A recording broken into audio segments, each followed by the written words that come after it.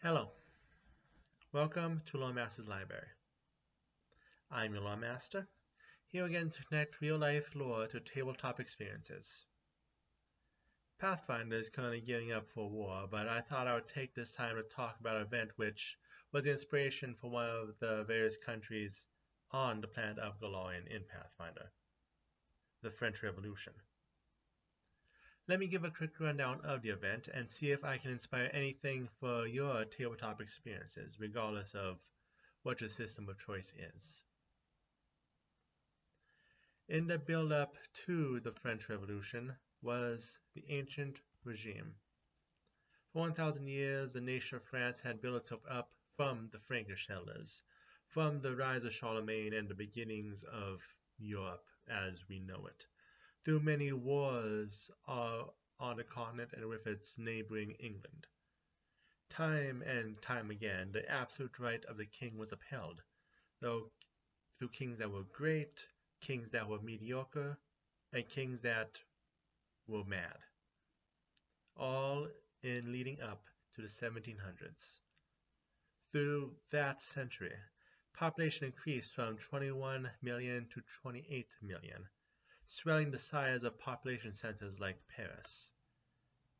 This was matched by a debt crisis. The nation took out heavy loans paying for the Anglo-French War, and taxes were inconsistently assessed and inconsistently collected across the nation, leaving them little ability to actually be helpful. And the fact that for 2 years in a row before the revolution, harvests were poor, and you suddenly found one of the greatest disparities of rich and poor before a modern time period. Sprinkle on conflicts between the central government and the regional governments, scandals like the affair of the diamond necklace, and the idea of liberty spreading through the success of the American Revolution, and the tension building over time became clear.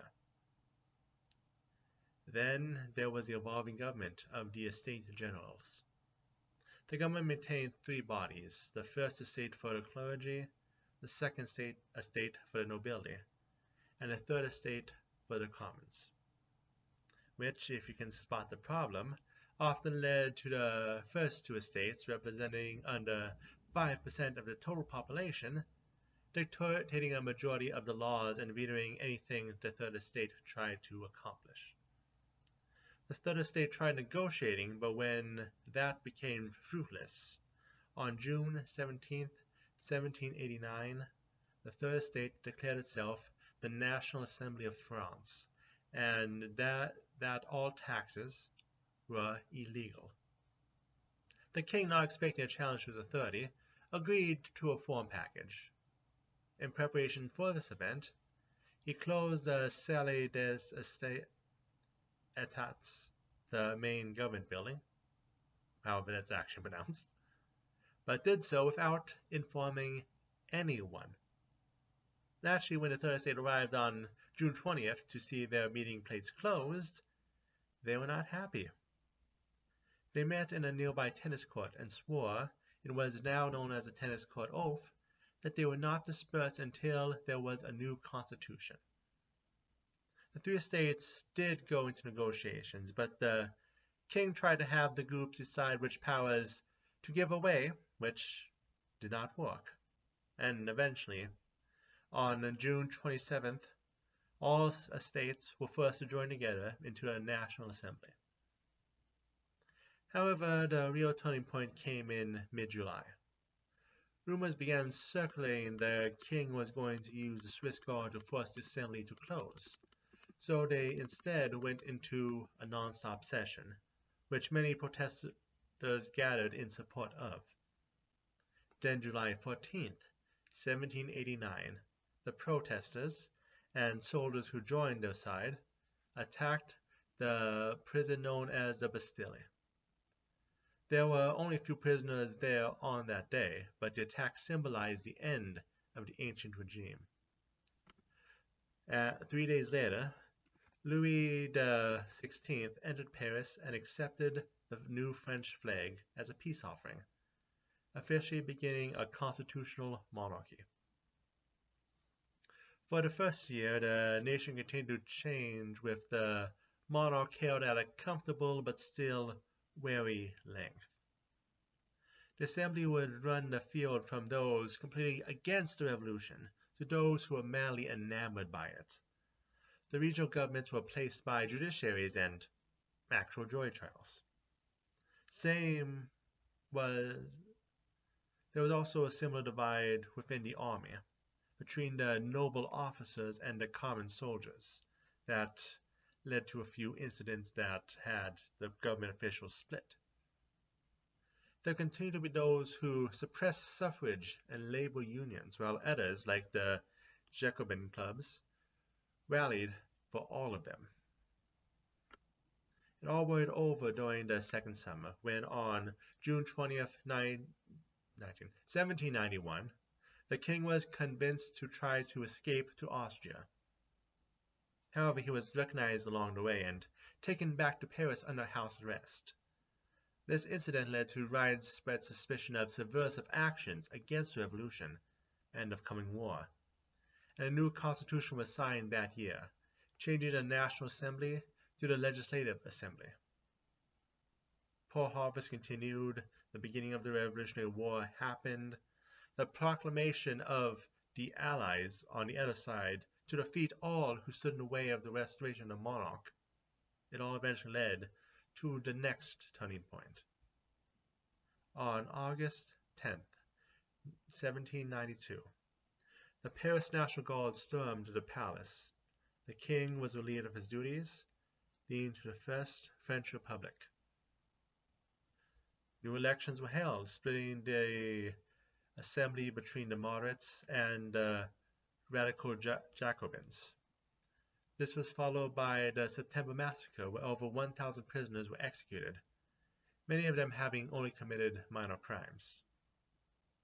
The same month, the Revolutionary Army netted its first major win against Prussia, and a new calendar was released, with 1792 being year 1, though for the purpose of today I will be using the more common calendar. Trials were held for the former king, and he was found guilty, being executed on January 21st, 1793. As the year went on, discontent at higher prices grew, with the blame laid at the moderates' feet. The Committee of Public Safety was formed on April 6, 1793. A new constitution was completed and ratified on June 24th, before being indefinitely suspended in October. We'll get to that in a moment. And one of the heads of the radicals was assassinated on July 13th. All these factors eventually came together to form the time known as the Reign of Terror. There was debate on the exact moment the Reign of Terror began. Some listed the September Massacre as the first act. Others list the formation of the Revolutionary Tribunal on March 10, 1793. The most stringent definitions give the terror only 10 months of life, starting with the law of suspects being signed on September 17, 1793, the main document used to capture and execute so many people. Regardless, after this latest date, 300,000 were arrested on charges of counter-revolutionary activity, of which 16,600 were tried and executed, and 40,000 more died either in prison or without a trial. At the time, there were 5 to 26 executions per day. The Constitution, as I mentioned earlier, was suspended while the Revolutionary War continued. While at home, the Committee of Public Safety continued to make public shows with their guillotine. Death and famine were not saved by this, and they soon became even more rampant. However, it was political infighting which eventually brought the end to the terrors. One of the leaders of the Radicals faction being caught and executed by his enemies before he had a chance to accuse them of being traitors to the people. And by laying the entire event on his shoulders, casting everyone's blame on this one person, that it was a perfect excuse to end the reign. On July 28th, 1794, Maximilien Robespierre was executed and named the sole person behind the Reign of Terror. After the execution, there was a short wave of killings and of political realignment as fallout to the Terror. The killings were known as the White Terror, and politics the Thermidorian reaction. Eventually, the moderate swing would lead to the establishment of the Directory, which the radicals viewed as a betrayal of the revolution. With the new Constitution of September 27, 1795, the nation managed to keep their head above water, but were continuing to try to keep royalists and radicals both from gaining power, even having a coup as a result of the 1797 elections when royalists almost won a majority of the seats. Elsewhere, the French army under Napoleon Bonaparte began conquering Egypt, causing Europe to a new war against the French in what is now known as the War of the Second Coalition, with the original Revolutionary War being renamed the First Coalition in history books. Eventually, with many tiring of the bureaucratic system of the Directory, a coup was held on November 9, 1799, replacing the 5-chair Directory with the 3-chair Consulate, made of Abbé Sieyès, Roger Ducos, and Napoleon. This is usually considered the end point of the French Revolution. It was not long after, on May 18, 1804, that Napoleon would take over completely, ending the First French Republic and giving rise to the First French Empire.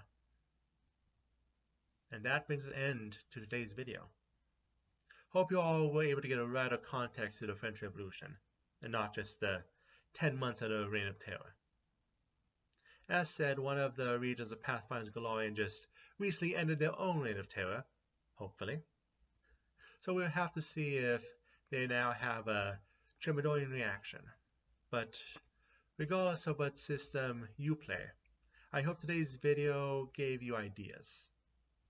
Next time, we go back to Pathfinder Focused. So, I'll see you all then.